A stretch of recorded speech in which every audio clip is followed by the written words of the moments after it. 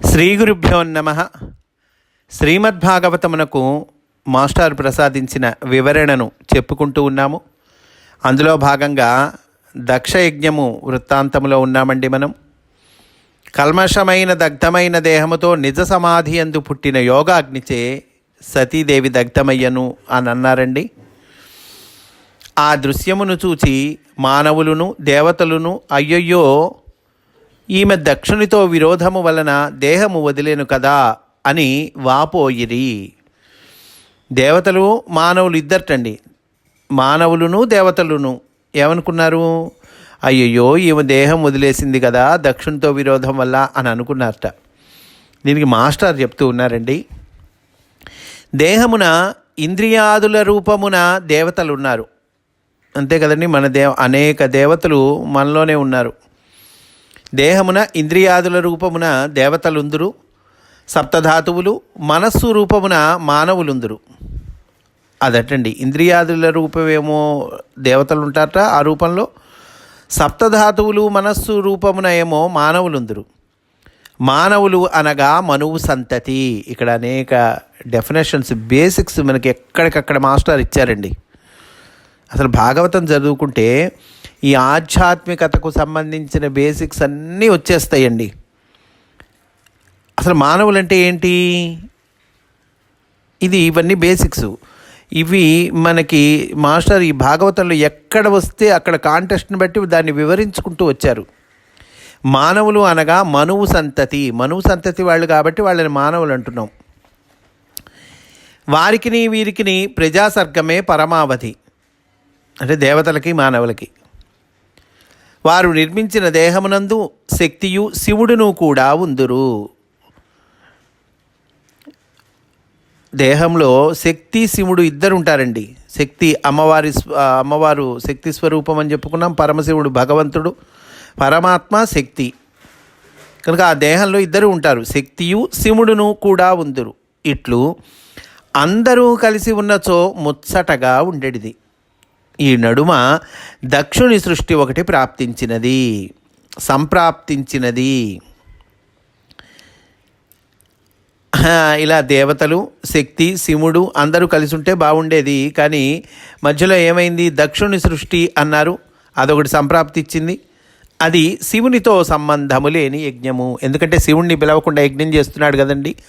దక్షుని సృష్టి అంటే అది శివునితో సంబంధము లేని యజ్ఞము. శివునకు శక్తికి ఒక విధమైన సంబంధము ఉన్నది.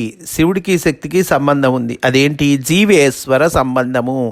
జీవుడు దేవుడు ఈ సంబంధం అండి. శక్తికి శివుడికి ఉన్న సంబంధం ఏంటి? జీవేశ్వర సంబంధము. శక్తికి దక్షునకు మరి ఒక విధమైన సంబంధం ఉన్నది. శక్తికి శివుడికి ఎట్లా సంబంధం ఉందో శక్తికి దక్షుడికి సంబంధం ఉంది. అదేంటి? అది సంసార బంధం అండి. అది తల్లిదండ్రి, తోబుట్టువులు మున్నగు బంధములతో కూడిన సంసార బంధము. ఈ బంధమునకు ధూమమార్గము, శివశక్తుల సంబంధమునకు అర్చిర్మార్గము. అంటే ఈ బంధం ఏంటి? ఈ సంసార బంధమేమో ధూమమార్గం అంటున్నారు, శివశక్తుల సంబంధమేమో అర్చిర్మార్గం అంటున్నారు. కనుక ఈ బంధమునకు ధూమమార్గము, శివశక్తుల సంబంధమునకు అర్చిర్మార్గము. నిషేధము విధి రూపమున ఈ దేహ సృష్టి ఎందే వేదధర్మముగా నిబద్ధమై ఉన్నది. ధూమమార్గము, అర్చిర్మార్గం అని రెండు రకాలు ఉన్నాయని చెప్పుకున్నాం. ఈ ధూమమార్గం అనేటువంటిదేమో నిషేధము, అర్చిర్మార్గం అనేటువంటిదేమో విధి. ఈ రెండు రూపాల్లో దేహ సృష్టి ఎందే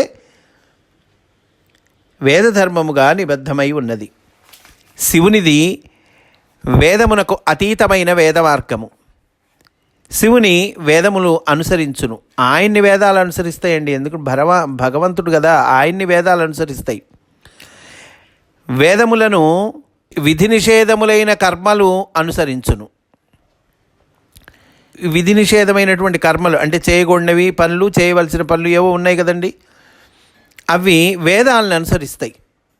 వానిని సంసారబద్ధులైన జీవులు అనుసరింతురు.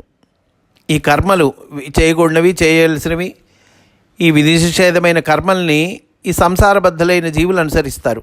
అంటే ఎవరిని అనుసరిస్తారు? మొదటేమో పరమాత్మ భగవంతుడిని వేదం అనుసరించాలి. వేదాలను ఈ విధి నిషేధమైన కర్మలు అనుసరిస్తాయి. ఈ విధి నిషేధమైన కర్మలను సంసారబద్ధులైన జీవులు అనుసరింతురు. ఈ సంబంధమును తెగగొట్టనిదే శివునితో సంబంధము ఏర్పడదు. అది దక్షుని దోషము. అనగా అధికారము, విద్యాగర్వము, వయస్సు, అందము మొదలగు వానితో బంధించు అహంకారము. దక్షుని దోషం అంటే ఏంటండి? దక్షుడంటేనే అహంకారానికి ప్రతీక అని చెప్పుకున్నాం. దక్షుని దోషం అంటే అధికారము, విద్యాగర్వము, వయస్సు, అందము, డబ్బులు, ఆస్తి, కీర్తి, ఏవో రకరకాలు ఉంటాయి మనకి. వానితో బంధించు అహంకారము, అదండి దక్షుని దోషం అంటే. దీనివలన దేహేంద్రియ బంధమునకును శివానుసంధానమునకును ఏకత్ర నిష్టశక్తికి కుదరదు. ఈ విషయమును గూర్చి నరులు బాధపడుదురు.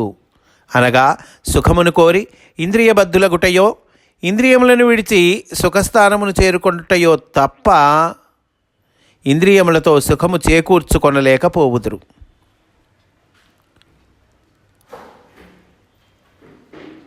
దేవతలు బాధపడుట అనగా తాము నివసించుచున్న దేహమందు జీవి సంసారిగా ఉన్నచో శివస్థానము వినియోగము లేక వ్యర్థ జీవితం అగుచున్నది. దేవతలు బాధపడటం అంటే ఏంటి? వాళ్ళు ఉంటున్నారు ఈ శరీరంలో కదండి, దేవతలు వసిస్తున్నారు కదా. తాము నివసించుచున్న దేహమందు జీవి సంసారిగా ఉన్నచో ఈ బంధాలు ఇవి సంసారము అనేటువంటి దీనిలో బడి దేవతలు జీవి సంసారిగా ఉన్నచో శివస్థానము వినియోగము లేక వ్యర్థ జీవితం అవుతూ ఉన్నది. ఈ విధముగా సతీదేవి యోగాగ్నిలో దేహమును దగ్ధము చేసినప్పుడు నరులను దేవతలను కూడా దుఃఖించురనుట సంసార మోక్ష సామరస్యము లేదని చమత్కారముగా చెప్పుట. మానవులు దేవతలు ఇద్దరు కూడా దుఃఖించారు ఆవిడ దగ్ధమైనప్పుడు అని అన్నారు కదండి. అంటే దాని అర్థం ఏంటంటే సంసారము మోక్షము ఈ రెండిట్లో సామరస్యము లేదని చమత్కారంగా చెప్పారు అని అంటున్నారండి. నరులు దేవతలు ఈ విధముగా దుఃఖించిరి. ఈ దక్షుడు చరాచర జీవరాశులకు తండ్రి. అతని కూతురు సతీదేవి పూజనీయురాలు. తనచే అవమానమునొంది తన సమక్షమున దేహము విడువగా చూచు ఊరుకొనెను. ఈ దక్షుడు చూశారు, చూస్తూ ఊరుకున్నాడయ్యా. ఒక పూజనీయురాలైనటువంటి సతీదేవి, తన కూతురైనటువంటి సతీదేవి ఆ రకంగా దేహము విడుస్తూ ఉంటే చూస్తూ ఊరుకున్నాడు ఇతను. ఇట్టి దురాత్ముడు ఎచ్చటనైనా ఉండగలడా అనుచూ ఆశ్చర్యపడిరి. కొంచెమాగి మరలా ఇట్లనిరి. అంటే దేవతలు మానవులు అనుకుంటున్నారండి, మళ్ళా అంటూ ఉన్నారు, బయటికి కూడా అంటున్నారు. దుష్టచిత్తుడు బ్రహ్మబంధుడు అగు దక్షుడు దీనితో అప్రతిష్ట పాలగును, నిందపడి దుర్గతి చెందును అంటున్నారు. దీనికి మాస్టర్ చెప్తున్నారండి, దురాత్ముడు దక్షుడు అని అన్నారు కదండి. దురాత్ముడు అంటే ఏంటి? దురాత్ముడు అనగా అర్థము చేసుకొనుటకు కష్టమైన ఆత్మ యొక్క అంశస్వరూపమని విశేషార్థము. అర్థం చేసుకోవడానికి కష్టమైనటువంటి ఆత్మ యొక్క అంశస్వరూపము. అయితే అహంకారమని చమకృతి అంటున్నారు. అహంకారమని కూడా వ్యంగ్యార్థం వస్తోంది ఇక్కడ. బ్రహ్మబంధువుడు అనగా భ్రష్టుడైన బ్రాహ్మణుడు. బ్రహ్మబంధుడు అని కూడా అన్నారు కదండి, అంటే భ్రష్టుడైపోయిన బ్రాహ్మణుడు. వేదమును అనుసరించియు యజ్ఞముల ఫలములను అనుభవించియు ధూమ మార్గము పట్టినవాడు. ఏం లాభం అండి? బ్రాహ్మణుడంటే వేదాలను అనుసరించేటువంటి వాడు, యజ్ఞాలు యాగాదులు ఇవన్నీ చక్కగా చేసేటువంటి వాడు అని అర్థం కదా. అయితే అవన్నీ వాటి ఫలితం అనుభవిస్తూ ఉంటాడు కదా. అప్పటికీ కూడా అంటే వేదమును అనుసరించియు యజ్ఞముల ఫలములను అనుభవించియు ధూమ మార్గము పట్టినవాడు. ధూమ మార్గం అంటే ఏంటో చెప్పుకున్నాం మనం. అపఖ్యాతి పడుట, దుర్గతి పట్టుట అనగా యోగాభ్యాస పరులచే కామ్యకర్మలు నిందింపబడుట, వానిని అనుసరించిన వారు కష్టముల పాలగుట. అదటండి. సతీదేవి దేహము విడిచెనని తెలిసెను. రుద్రుని అనుచరులకు సతీదేవి దేహం విడిచిందని తెలిసిందండి. ఆ ద్రోహమునకు కారకుడైన దక్షుని నరికి పారవైచుటకై వారు ఒక్క పెట్టున ఖడ్గములు గదలు ధరించి లేచిరి. ఆ మహాకలకలము విని భృగు మహర్షి రోషపడి యజ్ఞ విధ్వంసులకు ప్రమథగణములను రూపు లేకుండా చేయుటకై ఉద్దండమైన ఒక అభిచార హోమము చేసెను. ఈ రుద్రగణాలు విజృంభించినయండి. దాంతో భృగు మహర్షి రోషపడ్డాడు. భృగు మహర్షి అంటే దక్షుడి వైపు ఉన్నటువంటి ఆయన అండి. ఆయన రోషపడి ఏం చేశాడు? అభిచార హోమం చేశాట ప్రమథగణాల్ని. ఈ శివుడి యొక్క ప్రమథగణాల్ని రూపు లేకుండా చేయుటకై ఉద్దండమైన ఒక అభిచార హోమము చేసెను. ఆ హోమమును దక్షిణాగ్నిగా రగిల్చి అందు హవిస్సును హుతము చేసెను. వెంటనే సోమలోకమున తపస్సు చేసుకొనుచున్న కొన్ని వేల మంది దేవతలు హోమగుండము నుండి ఉద్భవించిరి. వారి పేర్లు రుభువులు. వారు బ్రహ్మతేజస్సుతో వెలుగుచూ దివ్య విమానములతో బయలుదేరిరి.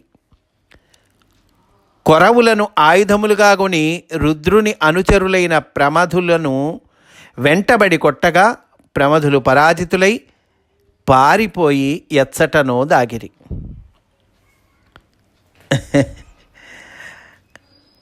మాస్టర్ చెప్తున్నారండి ఇక్కడ, ప్రమథులు శివుని యొక్క ప్రమథగణాలు పారిపోయి ఎచ్చటనో దాగారు. ఎందుకని? ఇదిగో ఈయన దక్షిణాగ్నిగా రగిల్చాడు, అభిచార హోమం చేశాడు, వేల మంది దేవతలు హోమగుండం నుండి ఉద్భవించారు.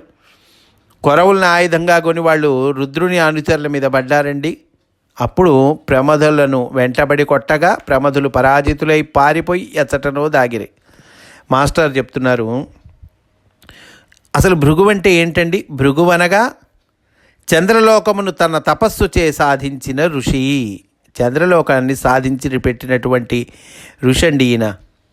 ఇతడు శుక్రునకు మూలపురుషుడు కనుక శుక్రోత్పాదకమైన యజ్ఞము చేయగా రుభువులు శుక్రధాత స్వరూపులై పుట్టిరి. మన శరీరంలో జరుగుతున్నటువంటి ప్రక్రియ అండి. శుక్రోత్పాదకమైనటువంటి యజ్ఞం చేస్తే రుభువులు శుక్రధాతు స్వరూపులై పుట్టారు. వీరి వలన రుద్రగణములు మాయమైరి.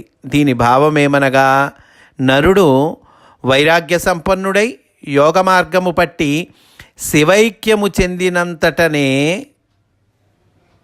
వైరాగ్య సంపన్నుడయ్యాడు, చక్కగా యోగ మార్గం పట్టాడు, శివైక్యం చెందాడండి. బాగుంది. చెందినంతటనే సృష్టి జీవులందరకు శివైక్యము సిద్ధింపదు. ఒక అతనికి అట్లా జరిగిందని మిగతా వాళ్ళందరికీ శివైక్యం సిద్ధింపదండి. రెండవ తరము వారు యవ్వన వయస్సు చెంది మరలా సంసార సుఖములలో బద్ధులగుదురు. వీరి యందు మరలా దక్షుని పరిపాలన ప్రవర్తించును. అహంకారానికి ప్రతీక కదండి. నేను నేను నేను నేను చేశాను, నా వల్ల జరిగింది, నా ఆస్తి. వీరి యందు మరలా దక్షుని పరిపాలన ప్రవర్తించును. తండ్రి మోక్షము చెందుటయు కొడుకు యవ్వనమునందు సౌఖ్యములు అనుభవించుటయు తప్పదు. యజ్ఞమున గార్హపత్యము, దక్షిణాగ్ని, ఆహవనీయము అని 3 అగ్నులుండును. యజ్ఞంలో 3 రకాల అగ్నులు ఉంటాయండి. 1 గార్హపత్యము అంటున్నారు, 2 దక్షిణాగ్ని అంటున్నారు, 3 ఆహవనీయము అని అంటున్నారు అని 3 రకాల అగ్నులుండును. వీనినే త్రేతాగ్నులు అందురు. 1 ముందు గార్హపత్యం గురించి చెప్తున్నారండి. అందు గార్హపత్యమనగా గృహపతి వెలిగించు అగ్ని. గృహపతి అనగా ఇంటి యజమాని. ఇతడు ఆహారము పచనము చేయు జఠరాగ్ని.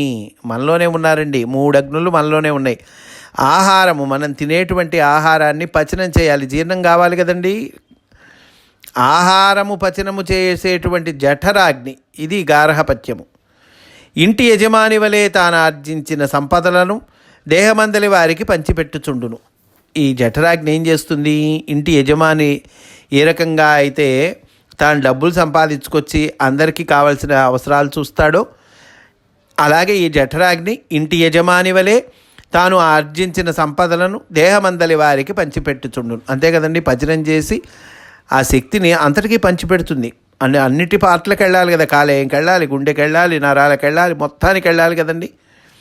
దేహమందలి వారికి పంచిపెట్టుచుండును. దేహమున ఎవ్వరికి ఏమి కావలసి వచ్చినను వీని ముఖముననే రావలెను. జఠరాగ్ని ద్వారానే దేహంలో ఎవరికి ఏది కావాలన్నా జఠరాగ్ని ద్వారా రావాలి. కనుకనే దేవతలకు అగ్నిముఖులని పేరు వచ్చినది. ఇకపోతే ఆహవనీయము అండి. ఆహవనీయం అంటే ఆహవనీయమనగా హోమము చేయు అగ్ని. ఇది బుద్ధిబలము. బుద్ధిబలం అంటున్నారు దీన్ని. నేర్చినదెల్లా దీని యందు హోమము చేయబడి పవిత్రత చెంది అంగీకరింపబడును. ఆహవనీయాగ్ని అంటే అదండి. ఇది బుద్ధిబలం. జ్ఞానాగ్ని, తృష్ణ అంటాం కదండి. ఇది బుద్ధిబలము. నేర్చినదెల్లా దీని యందు హోమము చేయబడి పవిత్రత చెంది అంగీకరింపబడును. ఇకపోతే మూడోది దక్షిణాగ్ని. దక్షిణాగ్ని అనగా దక్షిణ దిక్కున రగుల్కొల్పు అగ్ని. ఆ దిక్కులో రగుల్కొల్పేటువంటి అగ్నిని దక్షిణాగ్ని అంటున్నారు. మన దేహంలో ఎక్కడుందండి? దేహము శిరస్సు ఉత్తర భాగమనియు నడుము దక్షిణ దిక్కనియు సంకేతము. దేహానికి ఈ శిరస్సు ఉంది కదండి, దేహము శిరస్సు ఉత్తర భాగమని. ఇప్పుడు మన తల ఉంది కదా, దాన్నేమో ఉత్తర భాగం అంటున్నారు. నడుము ఆ కింద భాగం ఉంది కదండి, నడుము దక్షిణ దిక్కనియు సంకేతము. కామము అనబడు దాంపత్య ధర్మమునకు దక్షిణాగ్ని అని పేరు. దాంపత్య ధర్మం ఉంది కదండి, సెక్సువల్. కామము అనబడు దాంపత్య ధర్మమునకు దానికి దక్షిణాగ్ని అనేటువంటి పేరు. భృగు మహర్షి దక్షిణాగ్నిలో హోమము చేసి జీవులకు ప్రతి తరమున యవ్వనము దాంపత్యాభిలాష కలిగించును. దానివల్లే కదా సంతతి కలిగేది. కనుక భృగు మహర్షి ఏం చేస్తాడు? దక్షిణాగ్నిలో హోమం చేశాడు. అట్లాగే జీవులకు ప్రతి తరమున యవ్వనము దాంపత్యాభిలాష కలిగిస్తూ ఉంటాడు. పిమ్మట నారదుడు శివుని కడకపోయి, ఇంకా మళ్ళీ కథాభాగంలోకి వస్తున్నామండి మనం. సరే, ఈ రుద్రగణాలందరినీ తరిమి కొట్టారు, ప్రమథగణాల్ని. పిమ్మట నారదుడు శివుని కడకపోయి సతీదేవి తండ్రిచే పరాభవింపబడి దేహము విడిచిన వృత్తాంతము చెప్పెను. శివుడి దగ్గరికి వెళ్ళి సతీదేవి అమ్మ పరాభవింపబడింది, శరీరాన్ని వదిలేసింది, ఈ వృత్తాంతం అంతా తీసుకుపోయి నారదుడు శివునికి చెప్పాడండి. ఇంకేముంది, ప్రమథులు రుభువులచే ఓడిపోయి పారిపోయిరని కూడా చెప్పెను. పూర్వము గజాసురుని సంహరించిన పరమేశ్వరుడు జరిగిన వృత్తాంతము విని పెదవి కరచుకొని మదించిన సింహము వలె గర్జించెను, భయంకరముగా నవ్వెను. అతని శిరస్సుపై జడలు మెరుపు తీగల వలె నిప్పులు గ్రక్కెను. అందు ఒక్క జడను ఊడబెరికి క్రోధముతో భూచక్రము నడుమకు విసిరెను.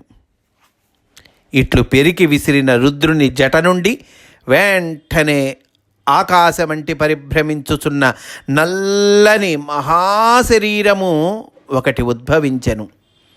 దాని చివర భగభగమండుచున్న మంటలు నలుదిక్కులకు రేగి విరయబోసుకొనిన కేశములయ్యను. దిగ్గజముల తొండముల వంటి చేతులు వేనవేలు ఉద్భవించి ఆయుధములు ధరించి ఉండెను. 3 కన్నులతో అతను చూడగా తేరిపారజూచుటకు సాధ్యపడకుండెను. రంపముల వంటి కఠినమైన పలువరుసతో, వంపులు తిరిగిన కోరలతో, పుర్రెల దండలతో, ఎముకల దండలను, వనమాలికలను కలిసి కంఠమును అలంకరింపగా లోకభయంకరుడగు వీరభద్రుడు రుద్రుని ప్రతిబింబము వలె ఉద్భవించెను. వీరభద్రస్వామి ఉద్భవించాడండి. శత్రు సంహారకుడైన వీరభద్రుడు తన 1000 చేతులను మోడ్చి శివునకు మ్రొక్కి నేనేమి చేయవలెనో ఆనతిండు అని పలికెను. శంకరుడు ఇట్లనెను, నీవు బాహుశౌర్యము కలవాడవు, మహాయుద్ధ కుశలుడవు. నా భటుల గుంపులకెల్లా నీవు సేనాపతిగా నియమింపబడితివి. నీవు ఇప్పుడే బయలుదేరి పోయి దక్షయజ్ఞమును ధ్వంసము చేసి దక్షుని చంపుము. బ్రాహ్మణ తేజస్సు జయింపరాదంటివా? నీవు నా అంశమున పుట్టి ఉండటచే నీకేదియు అసాధ్యము కాదు.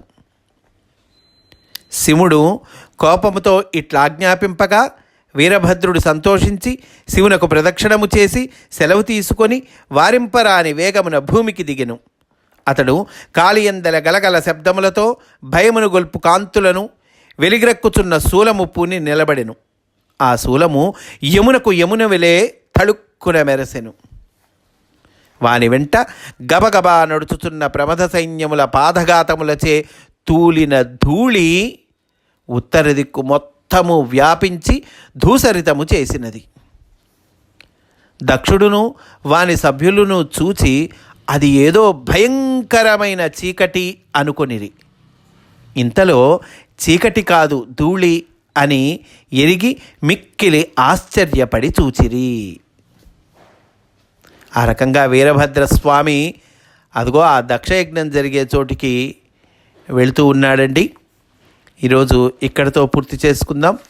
రేపు కూడా ఇదే అంశంలోని విశేషాలను చెప్పుకుందాము అని సవినయంగా మనవి చేసుకుంటూ స్వస్తి. వాసుదేవ.